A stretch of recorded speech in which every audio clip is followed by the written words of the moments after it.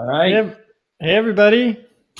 Welcome to the webinar. I'm here with Oren, Sofer, and Evan Wong, and I'm really excited to talk to you today about mindful communication for healthcare practitioners. It's definitely a topic that's near and dear to my heart, something I've been interested in for a very long time and continue to be interested in and learn about and practice.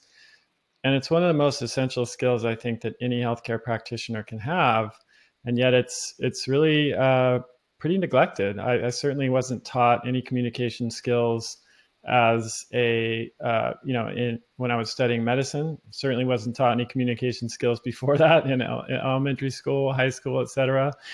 And it's strange because it's something we do every day, all day, and we receive almost no training on it at all. And I think it's absolutely key to developing good relationships in life in general, and also in our practice as healthcare professionals. So um, I met Oren through the meditation and communication communities. I used to teach nonviolent communication, which we're going to be talking a little bit about today, before I decided to go back and study medicine. And Oren and I share a number of different interests, including mindfulness and meditation practice and nonviolent communication, and also health and wellness. And so a mutual friend of ours introduced us, and we really hit it off and became friends and colleagues. And so I'm, Oren contacted me a while back about the possibility of doing a course in mindfulness for mindful communication, specifically for healthcare practitioners. I was really interested in this because, as I said, I just think it's a crucial skill, and I'm not aware of any training in this realm specifically for healthcare practitioners. And Oren and Evan are both really well positioned to do this because of their own experience, which I'm going to let them tell you a little bit more about. So today we're going to talk a little bit about why this is a really helpful skill to develop as practitioners. We'll get into some more details about the course that Oren and Evan have developed and what that contains, and then we'll answer any questions you have. So without further ado, I'm going to hand it over to Oren and Evan, and they'll take it from here. Great. Thanks so much, Chris. It's really lovely to be on the call. It's Yeah. good to see you both. Yeah.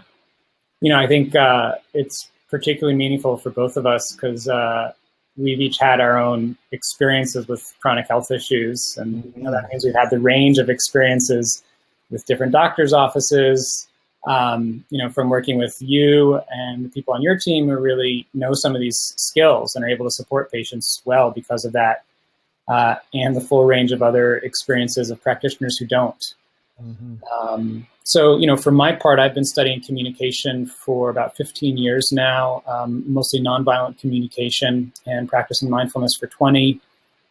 And I also have a background in trauma healing. And so the three of those streams really come together for me in working with communication with professionals and people individually.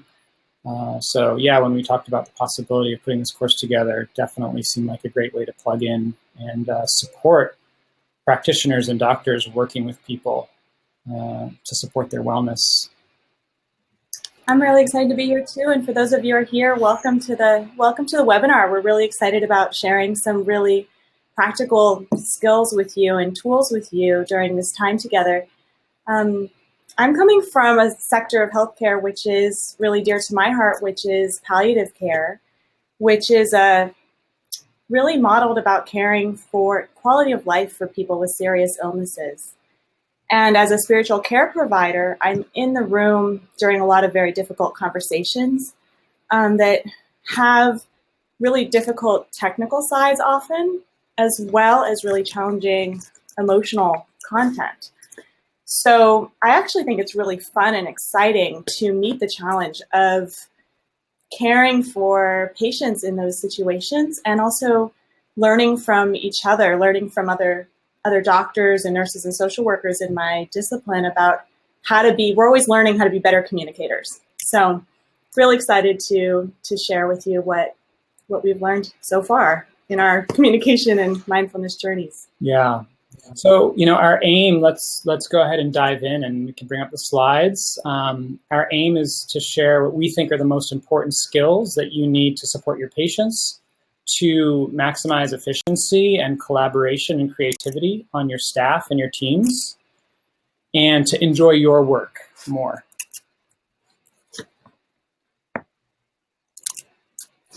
So, one of the things that's really neat about communication is that because we communicate so much in our life, all of the time, that it has the potential to really transform all of our relationships, not just in the office, but also at home.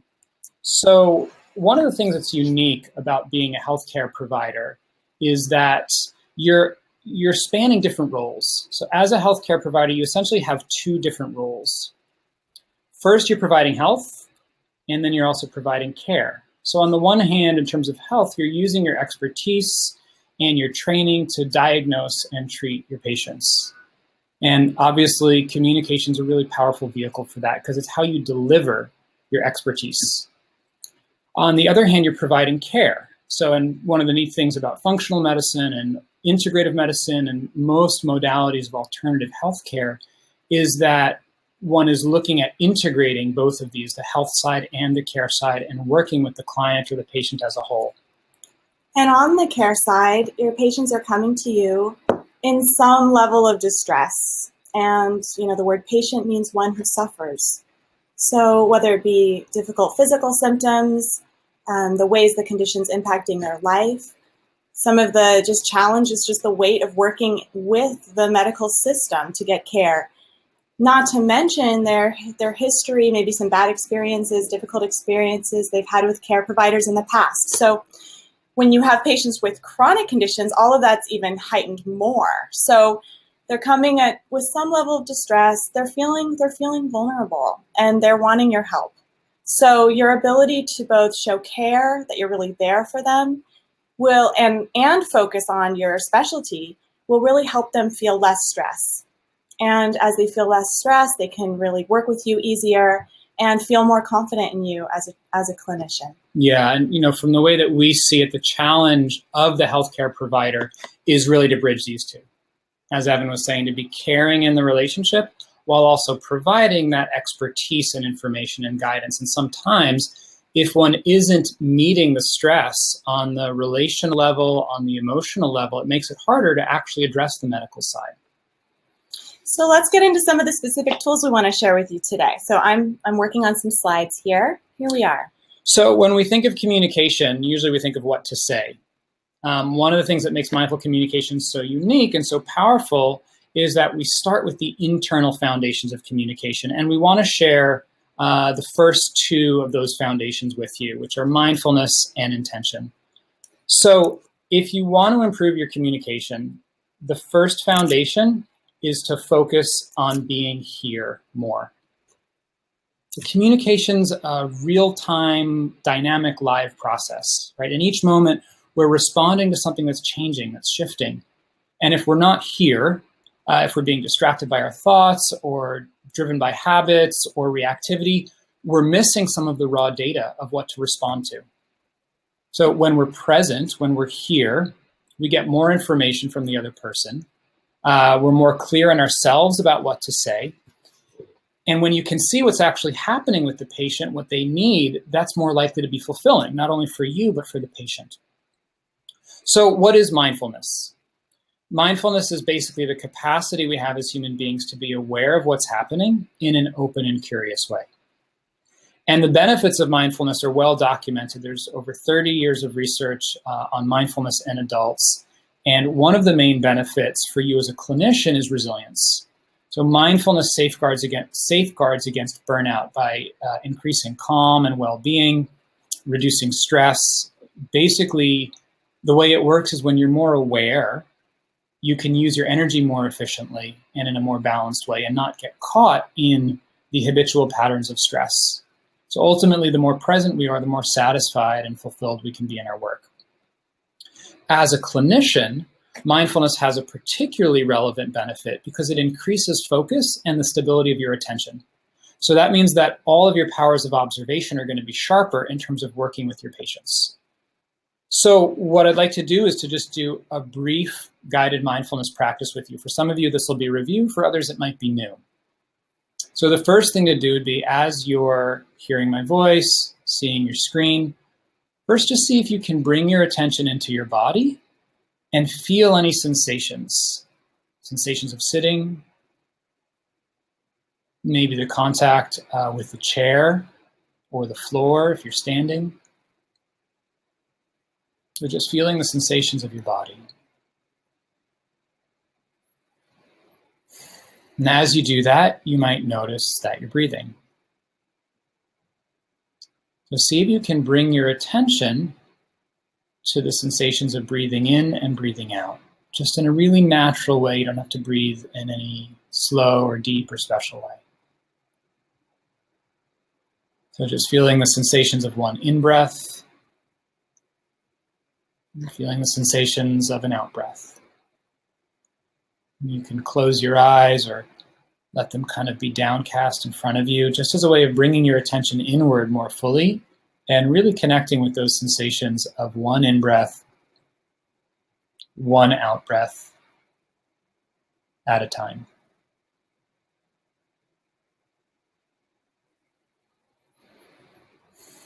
And then when you're ready, you can bring your attention back outward.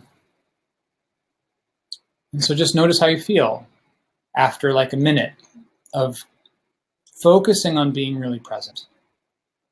And imagine how it would be to talk to a patient now versus a minute ago.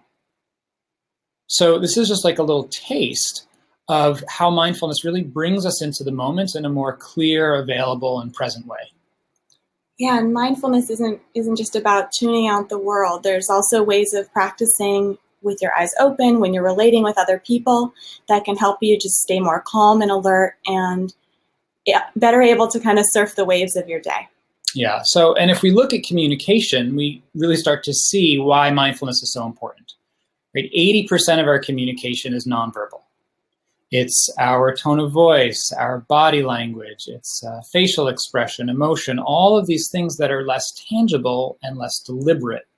It's not just about what we say. Basically, when we're engaging with other human beings, our nervous system is reflecting our inner state of being. So as humans, we're exchanging this nonverbal information all the time. And what's actually happening, we understand now, is that we're influencing each other on a neurobiological level. So through empathy, through mirror neurons and emotional contagion, we're having an effect on one another. So as a clinician, mindfulness is helping you to be less stressed, more well-regulated, which means not only are you more available and attuned to your patients, but on an implicit level, you're having a healthy, regulating effect on their nervous system. And since anxiety can block information, then when you're helping your patient to be more calm and affecting each other in that way, they're better able to hear your recommendations, they're better able to report back to you, and you can problem solve more easily together and have more creativity. Right. So the take home here, what we're offering to you is between visits, see if you can take just 1 minute to slow down, feel your body, and feel your breathing. If you don't have a minute, just take one conscious breath, right? Just taking that pause to come into a state of more balance and clarity and self-regulation. So you can take this one tool and work it into your day. There are many more ways to work with mindfulness, but this is the main one that we wanted to share with you. So one question that we would offer as you think about the Q&A at the end of our call is, what challenges you to be present in your work? And do you have any questions about how you can use mindfulness to handle that? So we'll take a brief pause as you consider that question.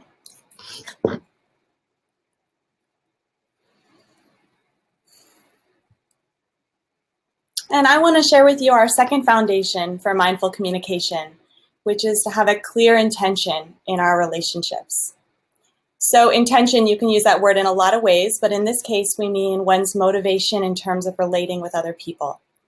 So it's how you want to be with people, how you want to be with your patients, your staff, and also with your work. So another way of saying this is it's where your heart is and where you're coming from on a human level. It's probably related to how you even got into this work. So some examples of intentions that you might have are to be compassionate, to be curious, to give every patient your full attention and to respect their views no matter what they are. So coming from a clear intention can have such a powerful effect on conversations and relationships because people can feel it. So I want to talk about 3 key benefits to having a clear intention in your work. So first, for you as the clinician, knowing your intention helps you stay connected with the meaning in your work. And being clear about your meaning gives you more energy, it leads to greater resilience, and it protects you against burnout. It's kind of like a force field that keeps you really clear about what you're doing and why. And in terms of patients, when you're coming from a clear intention, it'll be conveyed in your communication naturally. So they'll know that they matter to you, and it increases connection, emotional safety, and trust. And this ultimately is going to lead to more effective treatment. Right. If the relationship is solid and that connection is there, it's going to be that much easier for you as a clinician to really support patients. And finally, your intention can serve as a reset button during difficult conversations or conflicts or stressful times in your day, because it helps you come back to what's important. So when you're not conscious about what your intention is, often other intentions tend to run in the background on automatic, especially when things are challenging or stressful. So say in a difficult conversation, there might even a little bit be the intention to be right or just get on with it or get through it, or let's get, we don't have a lot of time. The intention to defend yourself. And these can just get in the way of hearing one another and resolving differences. Yeah. And for me, like as a communication trainer, I emphasize this all of the time. And it's one of the reasons why we teach that intention is one of the foundations, because you can be using, all the right words, I statements, communication techniques. And if you're coming from an intention that's not helpful, like to be right or to have the last word or to try to get what I want, people can feel that, So it really has to come from a genuine place to actually support the relationship and the conversation. So here's a way to start bringing this into your work and into your life. So first, take a moment now and identify an intention in one word or short phrase that's meaningful for you. So one way to get there is, what brought you to this work? And you can feel free to write that in the chat box if you want right now. We'd love to see what your intentions are. And then after you have that, choose something, discrete or specific time, place to practice with that intention. And then during that time, consciously recall that intention throughout the conversation, and you'll see it'll naturally come out in your words and in your body language. So see if you can come from that place as often as you can. And as you practice with that in discrete situations over time, it'll start to become more automatic. And it can actually become the default orientation for how you relate and communicate all the time. So our take home for this is to identify the intention, write it down somewhere where you're going to see it often, and put it somewhere where you're going to see it regularly. So then you can practice with it in your daily life and be reminded of it, and see how you feel and see how your interactions change. And a reflection piece for the Q&A later is, what is your intention? And can you think of any situations where you feel like it'd be hard to remember it or to come from that place? Because obviously it's not always easy. Yeah. And so I really just want to emphasize again, everything rests upon these two foundations of presence and intention. When these are solid, the rest tends to follow. So if we only had time to present 2 things to you and to give you 2 tools for communication, we would share these 2 foundations with you. The capacity to stay present, to be mindful and aware, and the capacity to come from a genuine, clear intention in your conversations and relationships. And if you took those 2 things and really integrated it into your life, into your work, it would have a huge impact over time. And notice that neither of those say anything about what specifically to say or how to listen, because communication ultimately is resting on where you're coming from inside, your level of presence, and how you're connecting. So these are two of the most important foundations for communication. We really want to land there with you in your work and your life, because that's going to have an impact. So we also want to look at some more skills. So there are many, many important, useful tools that we can learn to navigate communication that become really helpful when we're present and rooted in a clear intention, when those foundations are in place. The most important one that we want to share with you today, that's kind of the building block of conversation, is what we call playing catch. And if you ever played catch, you know what's happening. You're passing something back and forth. And that's basically what communication is. There's this rhythm of shifting between people. So when we look at communication, say, what is communication? Essentially, it's about creating understanding, right? That's the purpose of communication on any level. So the best way to actually see if we're communicating, I think it was, I'm forgetting who at this point, but said, one of the greatest myths about communication is that it happens. So if we're interested in creating understanding, we need to check that that's happening.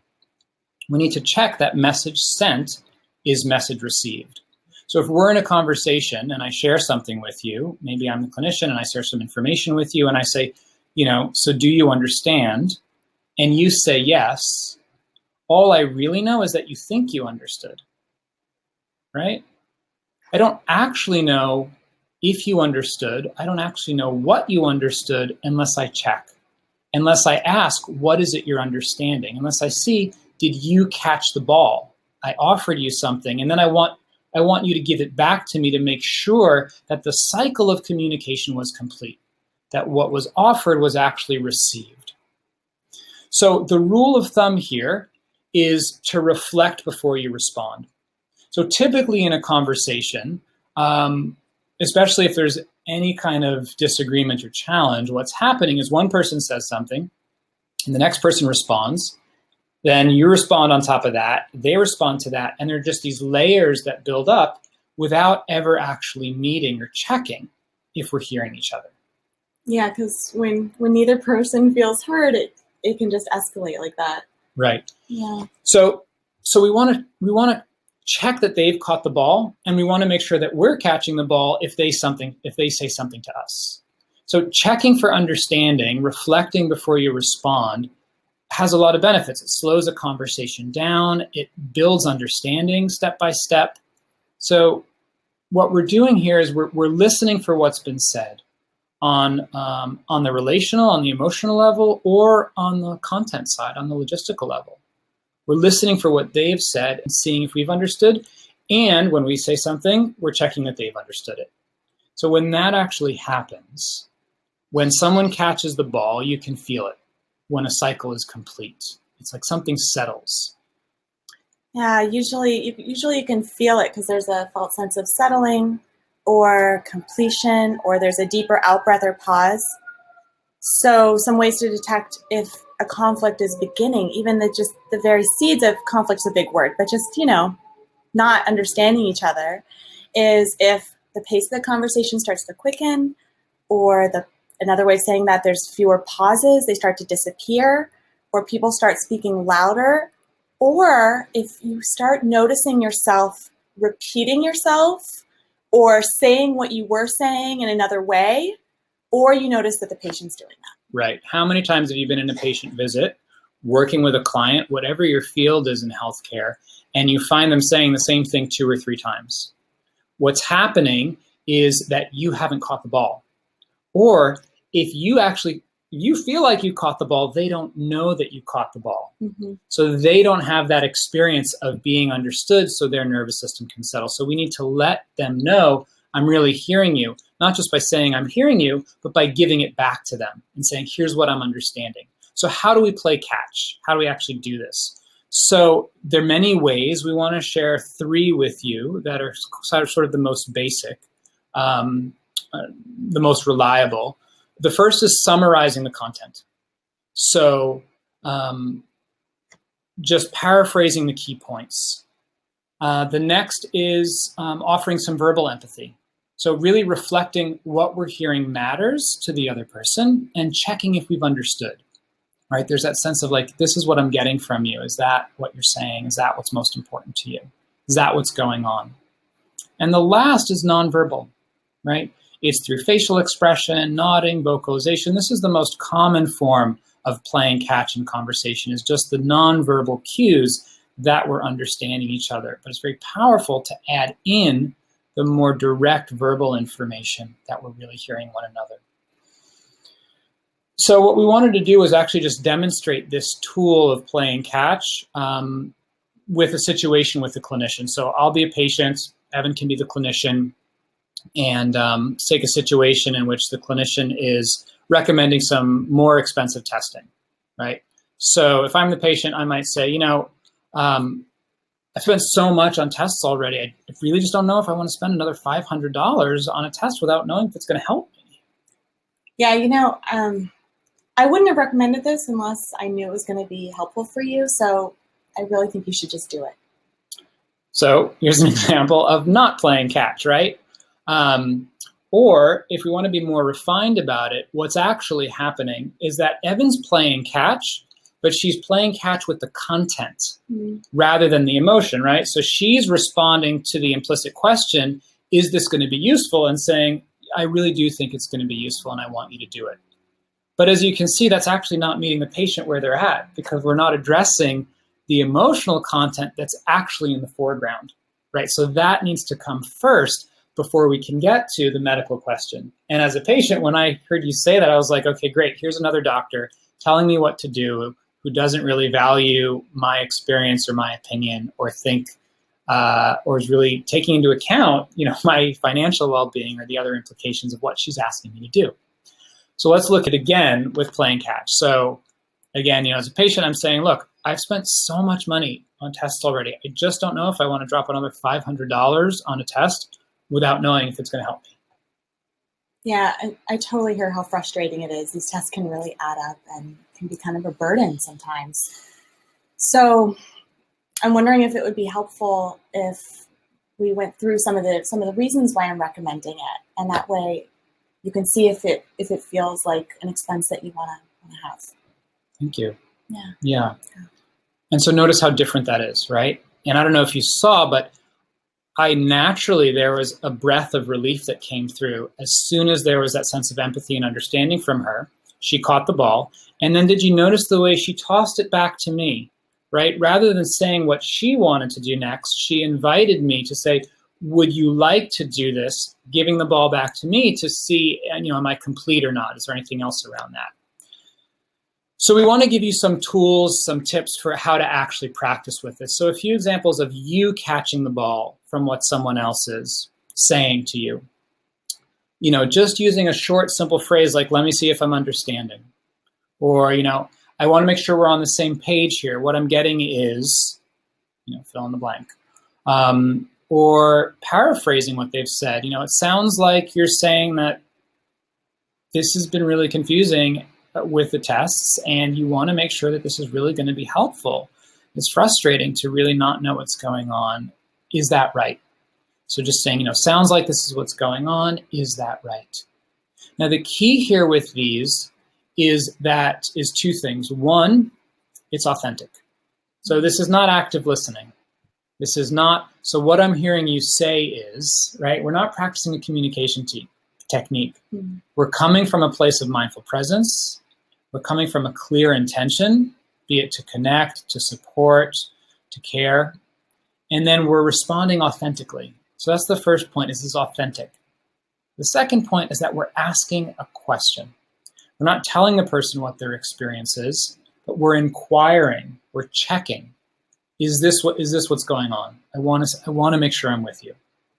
So these are examples of playing catch when someone else is tossing the ball to you. So let's flip it around. Now, if you've tossed the ball to them, you're checking for their understanding to see, did they catch the ball?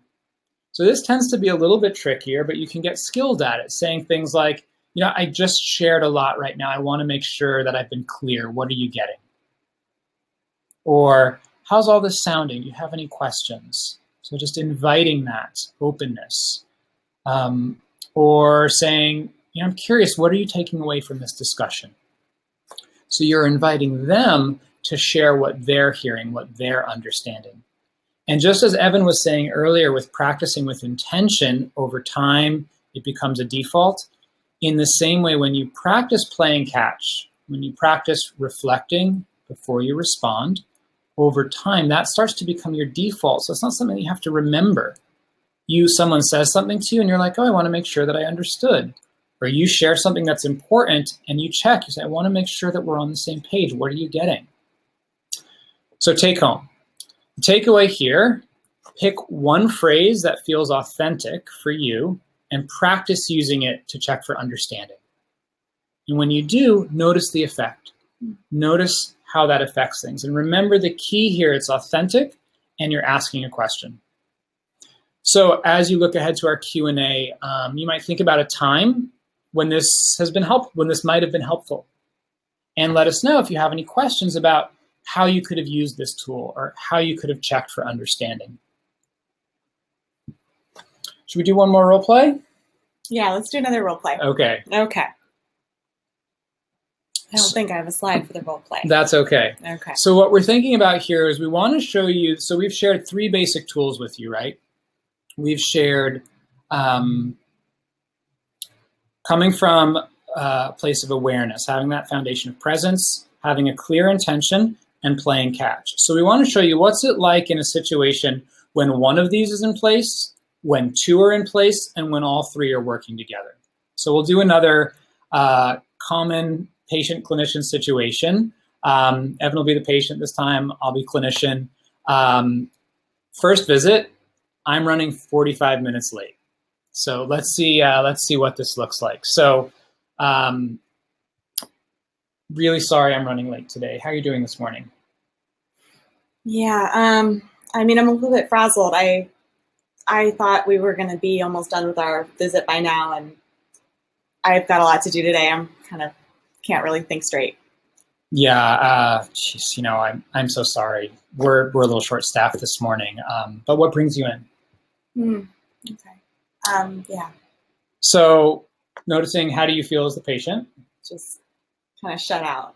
Right, a little brushed off. So there's enough presence that I'm responding to what's being said. I'm not totally checked out, right? But my intention is more to just keep moving because I know I'm 45 minutes behind already and I'm not playing catch at all. So that's probably worst case scenario.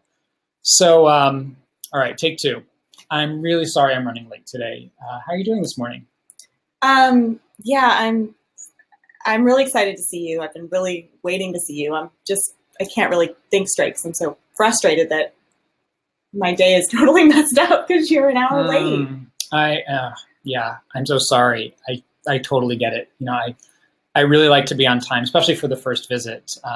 It's unusual that I'm running this late. Yeah. Okay. So what brings you in?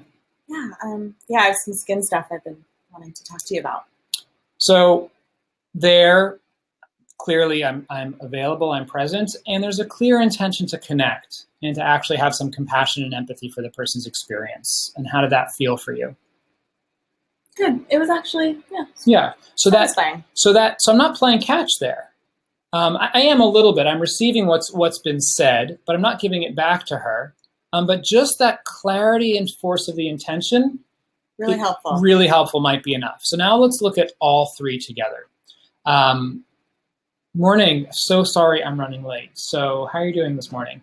Yeah, I'm kind of frustrated, but I'll get over it. Yeah. Yeah, I do. I want to apologize. I'm really, really sorry. I totally get it. Your time's valuable too. Yeah, thanks. And it's important to me that when people come to my office that they actually feel relaxed and not stressed out. I want to make sure we're starting on the right foot together. Is there anything else you want to say about this before we move on? No, that's good. Thanks. Okay, great. Yeah, thanks. So what brings you in? Yeah. So I have some skin stuff. I can't wait to show you all my labs. Great. So there you could see the intentions there, I'm connecting, but what else am I doing that's different, right? I'm actually making space to play catch. I'm telling her what I'm hearing is important to her, that her time is valuable too. I'm sharing my own intentions, that I want people to come to my office to feel relaxed, to have a positive experience. And then I give it back to her, right? I say, I want to make sure we're starting on the right foot together. Is there anything else you need around this? So implicitly there, I'm honoring her experience as a human being, and I'm building the alliance with my patient. I'm using what could be a negative situation, possibly potential for a complaint, and using it to actually strengthen the connection by really meeting what's going on and using these tools, bringing presence, bringing intention, and playing catch, reflecting before I respond.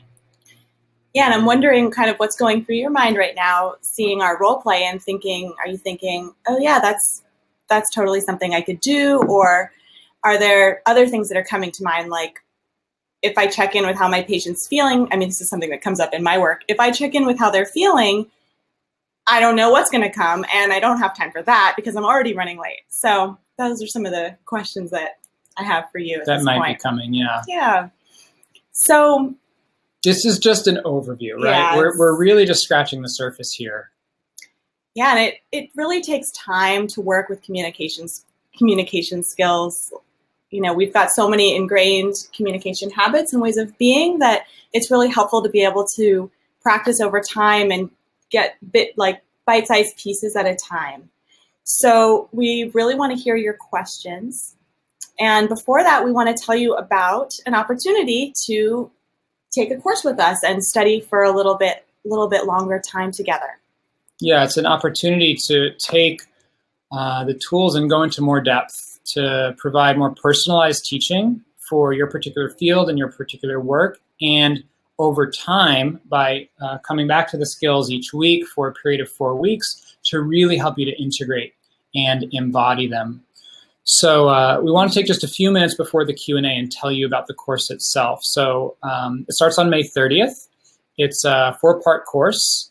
And the first session is focused on really strengthening your relationship with your patients, using mindfulness to build strong connections. So we'll be sharing 3 keys to personal resilience, tools for retaining your patients, for creating a more solid reputation, and really looking at specific mindfulness tools that are tailored for you in your field. So, and then in the second week, we're going to be focusing on listening, how to use your listening to create relationships with patients that make your patients feel more satisfied. So we'll be looking at the different styles of communication that your patients might have and how to meet those. How to listen in a way that really hones in on what's going on underneath the surface, for their true concerns and needs. And also being able to use questions, to use inquiry, and to trust your own intuition to guide a conversation. And in the third week, we're going to take the tools that we learned in the first 2 weeks and bring it into some of the more difficult conversations, maybe complaints, staff interactions, and learn how to identify and meet conflict skillfully. And part of that will be, of course, managing how you're feeling and what gets in the way of being open and curious in difficult conversations. And then finally, complaints are actually a really rich area to hear feedback. So how can you kind of do an Aikido move and hear the feedback inside the complaints and maybe even turn a difficult interaction into a stronger relationship. Right. And then finally, in the fourth week, we're going to talk about how to use the best communication skills to understand who your patient is, what motivates them, and use 3 different roles that a healthcare provider has, kind of navigating between 3 different ways of being as a provider to really help kind of shepherd your patients and help support your patients as they move towards their healthcare goals. Yeah. So one of the things that's unique about the 4-part series that we're going to be offering is that this is going to be the only time that Evan and I are offering this course live. After this first cycle, it's going to be pre-recorded. So what that means is that we'll be available for Q&A on every session. We'll be doing role plays, and we'll be providing, really personalized guidance and professional consultation for your particular field, for your work. We'll even be available for email support in between sessions. So we're also really excited to be offering $100 off for anyone from Chris's community or anyone who signed up for the webinar who's joining us on the call live today or watching this later. We're offering $100 off the course if you sign up in the next 10 days. And let's see if we can get the offer up there on our screen. Great. So I noticed that we have some questions in the chat. We'll get to those in just a moment.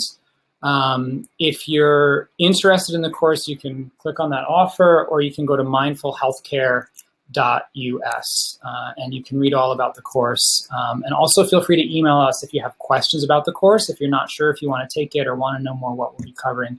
Really, really happy to be available for that. So let's dive into some of the questions that you've got in your chat there. Why don't you shut off that slide deck? Okay. And let's look at this. Yeah, so Q&A. So how do you deal with passive-aggressive patients and colleagues? So really common work situation. I think the first thing is to understand that when someone's being passive-aggressive, that there's some need that they have that's not being met. So that's the first thing, is to recognize, to try to see them in a way, in a good light, to see and to bring a sense of inquiry. What's actually going on for this person? What are they needing? That's maybe the first step. The second step is to check your own reactivity. When someone's trying to get something met in a way that's not being direct, oftentimes that can trigger us. We can feel reactive. So you want to use the tools of mindfulness in that situation to monitor your own reactivity, your own resistance, your own anger, your own judgments, because that's going to only heighten the situation and make it more complicated. The more clear you can be, the more balanced you can be, it's going to have an effect of sort of diffusing the situation with the other person. And then being able to really engage, to say, I really want to make sure that we're working together here. You want to come from what is your positive intention, or what's the shared goal that you see with this person, whether it's a patient or a staff member, and really state that. So instead of coming at the conflict like this, head to head, you're doing it this way. You're putting yourself in a position where you're alongside one another, looking at the problem together. And the key shift in doing that is bringing forward some shared objective or shared goal, and stating that, really being able to say, look, like, I want us to be able to work well together in this office so that we're being efficient and we're providing the best care possible for patients. I really want to understand what you need to help make your job smoother. Can you tell me more about what's going on and how I can support you? That's going to diffuse the whole situation. Anything you want to add about that? You've dealt with a lot of nurses and staff members at the hospitals who have really difficult interactive modes, and you've come up with a lot of different strategies that I think are quite helpful. Definitely. I mean, it's a little bit of a side note, but I think humor goes a long way with working with passive-aggressive behavior. You just heard me say passive-aggressive behavior, because sometimes people who have this who are exhibiting this kind of behavior get labeled as being passive-aggressive people. And then that automatically starts making it harder to have compassion for them, to see them as suffering people who need your help.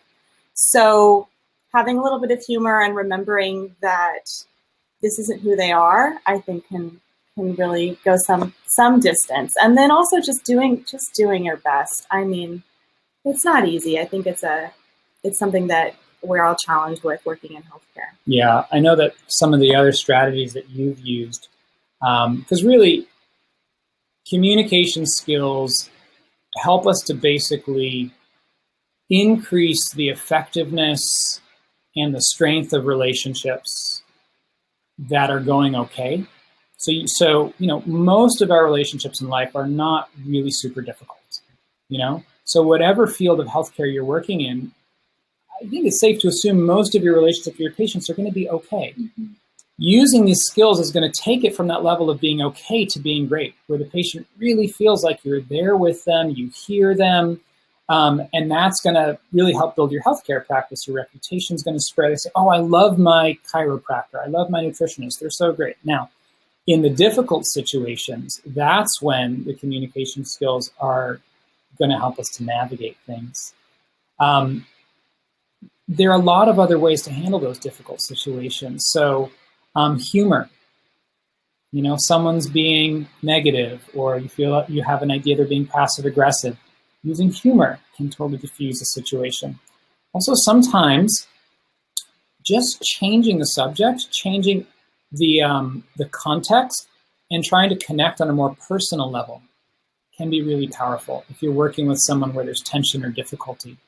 So instead of actually going into the conflict, you want to come back to those foundations of just the human relationship and find ways to support that. How's your weekend? How are your kids doing? Right? And that's going to help create more of a foundation just on a human level to hold the difficulties that might be coming up. And it also points to the value really of establishing rapport with your patients during the first visit, the first couple of visits. Like in any relationship, just giving it as much space and time to be a positive interaction and to get to know the person, have them know that you want to know who they are as a person, is going to help build a foundation. So later, when there's a little bit more challenge, or if anything comes up that's difficult, you have that as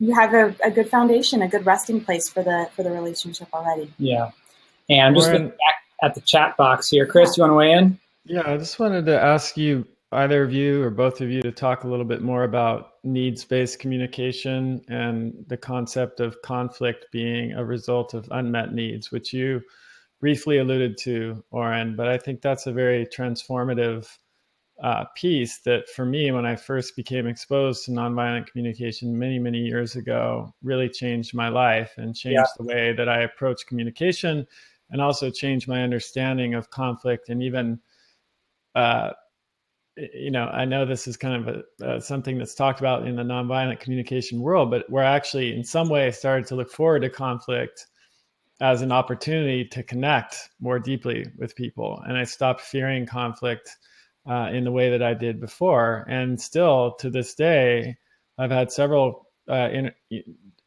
instances with really difficult situations with patients, which could have taken things in one direction, where, with more conflict and dissatisfaction, that actually deepen and improve the relationship and allowed us to kind of break through and have a more rewarding interaction from then forward. So could you talk a little bit more about that? Because I think it's a concept that not everybody is familiar with. Absolutely. Yeah. Thanks, Chris, for bringing that up. So the understanding that Chris is pointing to there is kind of one of the foundations of what's called nonviolent communication, which is the core training in communication that both Evan and I and Chris share. That's the underpinning of many of these tools.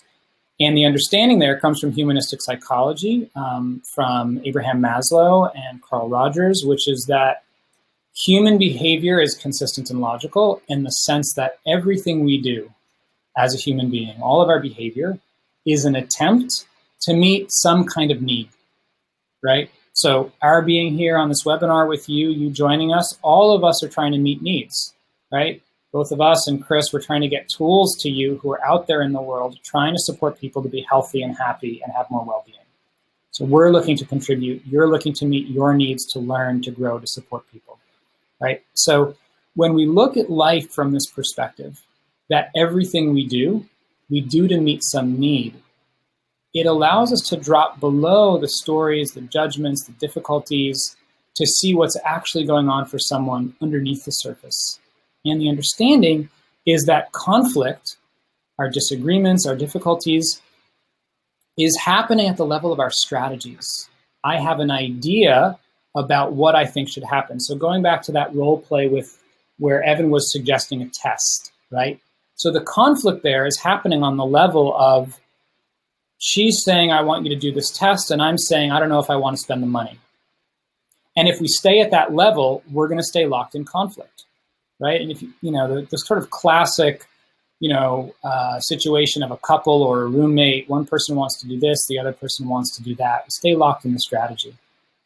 And if we remember this framework, that everything we do to meet a need, and we listen or we look from that perspective to say, what's this person actually needing? What's important to them? We could drop below the surface and find more of a shared common ground. And we find that more universal side of being human that says, wow, this patient really is concerned about their financial well-being and wants to know that they're going to be safe and able to support themselves. That's important. As much as it's important that I want to support their physical health, they're looking after their financial health. Once you get down to that level, the conflict transforms because we're actually able to be aligned. So this is as Chris is saying, a really transformative tool, and it's a shift in perspective internally. Yeah, and I mean, you work with families all the time who in the hospital are in difficult situations, looking at end of life or really serious diseases. Are there ways that you see that with the staff or the healthcare teams and the families where you're able to bring it down to that level? I think in medicine, what can happen is that the provider thinks that the patient's doing something that's not good for them. And so in that case, for me as a provider, coming back to, I value the patient's sense of autonomy and being respected more than I value them living, in this case, maybe more time or experience what I think is less suffering. So for me as a provider who can get frustrated sometimes thinking, oh my gosh, I can't believe this patient is making these decisions or this family member is making these decisions, I can feel more at ease knowing that I'm supporting their wishes. So that's a way that I use needs and recognize their needs and recognize my needs in order to keep caring for the family. Yeah. And this tool of playing catch that we were talking about, that's where the needs-based communication essentially comes in, right? Because what you're doing is someone comes to you, especially if it's with a conflict, and you can hear the needs underneath it. And the tool there is to ask a question internally. What really matters here? What's important to this person that I can actually get behind? Not, this person wants to get their way. That's not a need, that's a strategy. A need is something that when you get there, you want that for that person too. And that's where we start to come together. So for the passive-aggressive patient, it could be the need to feel in control of one situation. That could be what's driving the behavior. Yeah.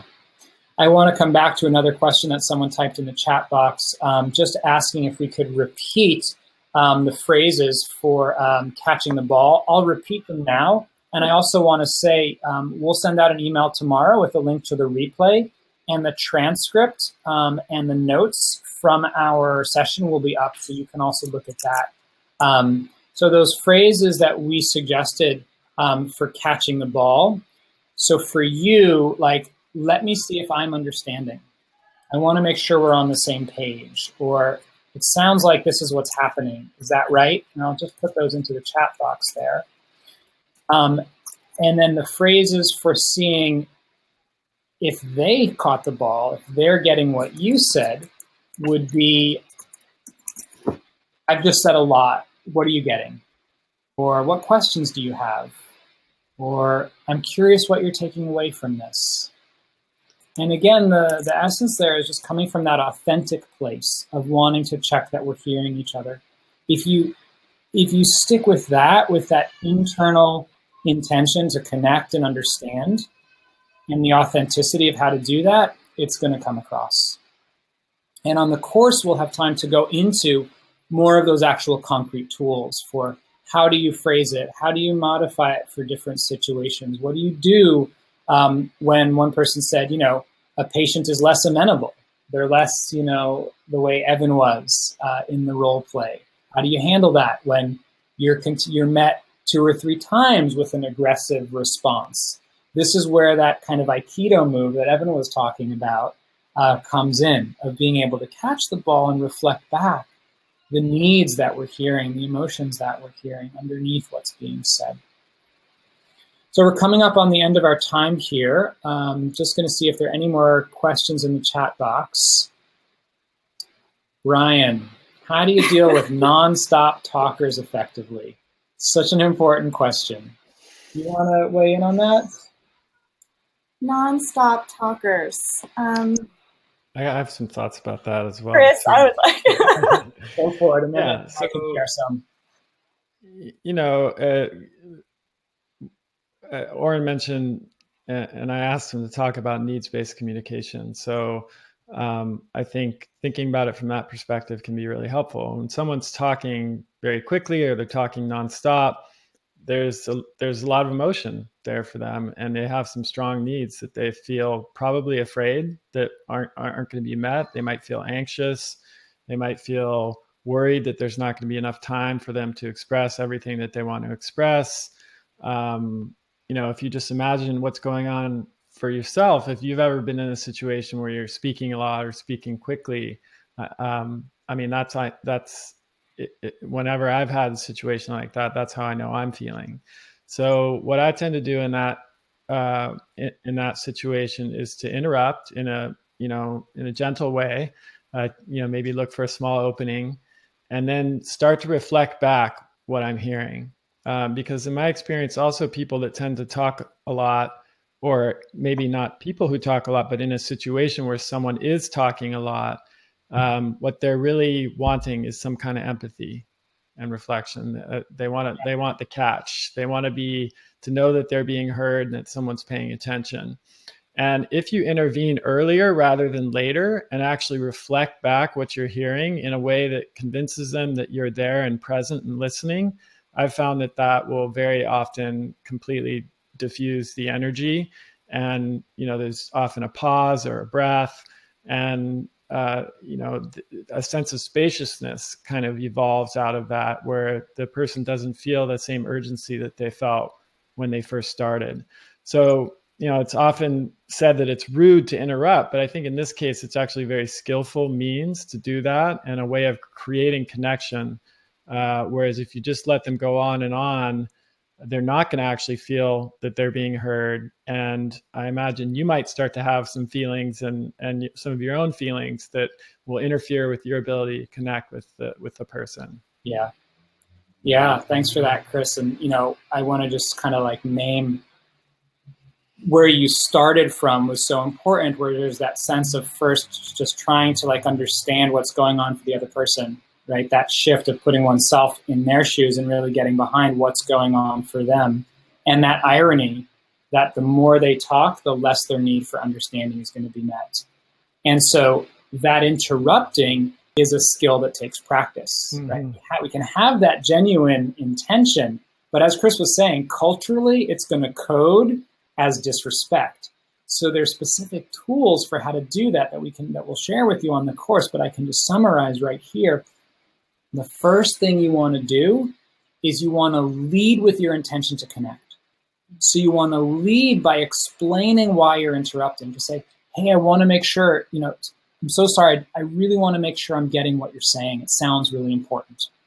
Something like that. If you lead with that, that's going to lower the activation. So I'm going to say, oh, they're trying to understand me. They're not trying to talk over me.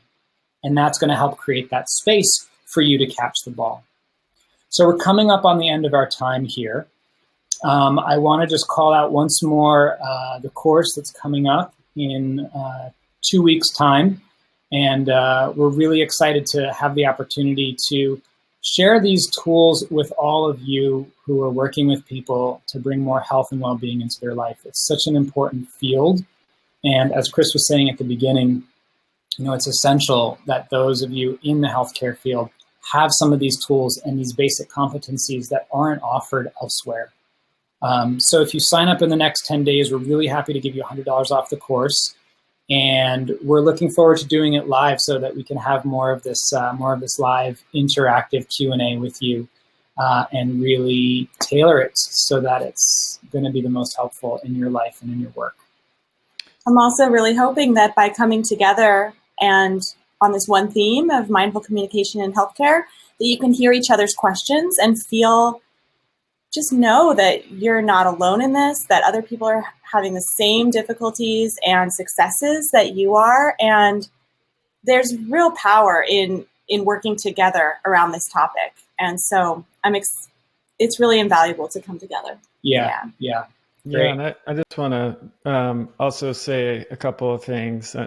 First of all, this is a real opportunity to be able to do this course live with Oren and Evan. They're both very gifted communicators and practitioners of mindfulness. And as Oren mentioned, it's not going to be there's not going to be an opportunity to do that again in the future. So especially if you're newer to these approaches, I would really recommend doing this course live while you can, because it's something that can certainly be learned and taught, with video and things like that. But the more practice that you get, of course, the better you're going to be at doing it, and the more comfortable and confident you're going to be. I definitely feel really grateful that for whatever reason, my career trajectory happened the way it did, where I learned and practiced communication and mindfulness prior to getting into medicine. I think that saved me a lot of grief. And it's not to say that I've got it all figured out and I'm not continuing to learn and practice that. But I definitely don't think I would have had the success that I've had if I hadn't been exposed to these practices at the time of my life that I was. And it's just something that helps me feel more positive about what I do, and to approach conflict in a way that feels really actually satisfying and rewarding and nourishing, rather than scary and difficult. Of course, it doesn't mean that conflict comes easy. This is hard work, but it's really valuable work, and work that can be transformative both for ourselves and for our patients. And then the last thing that I would add is that this stuff, even though this course is for healthcare practitioners, it's not just the benefit is not just going to be for you and in your healthcare practice. If you're in a relationship and you have a partner, if you have children, if you have colleagues at work, if you have family members, if you have friends, anybody that you communicate with in your life, these techniques that Evan and Oren are going to share with you can be applied to all of those types of relationships.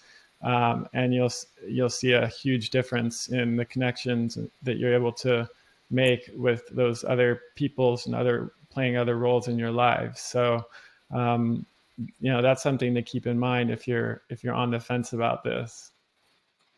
Yeah, thanks so much, Chris.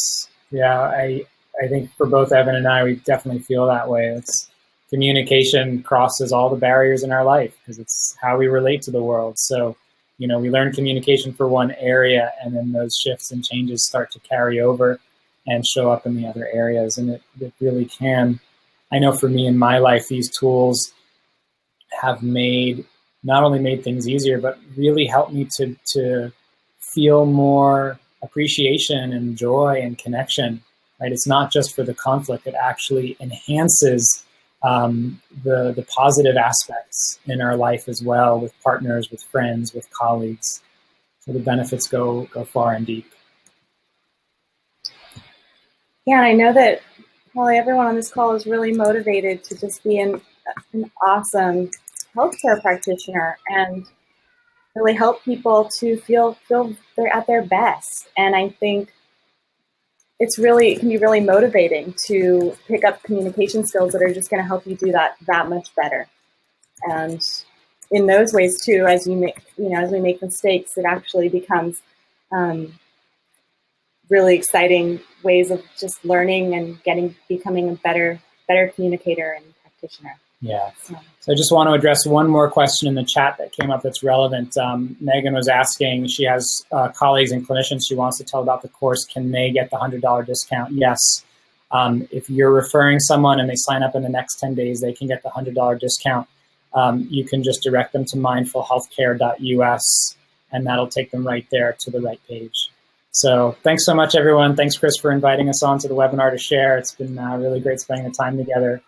And we hope a lot of you can join us. We look forward to being in touch. Yes, and thank you both for offering this. I'm really excited that it's available. It's something that I've wanted to be able to offer for a long time, but was not in a place to put it together myself. And I think both of you doing this, it's a joy to be able to offer this to my community. So thank you.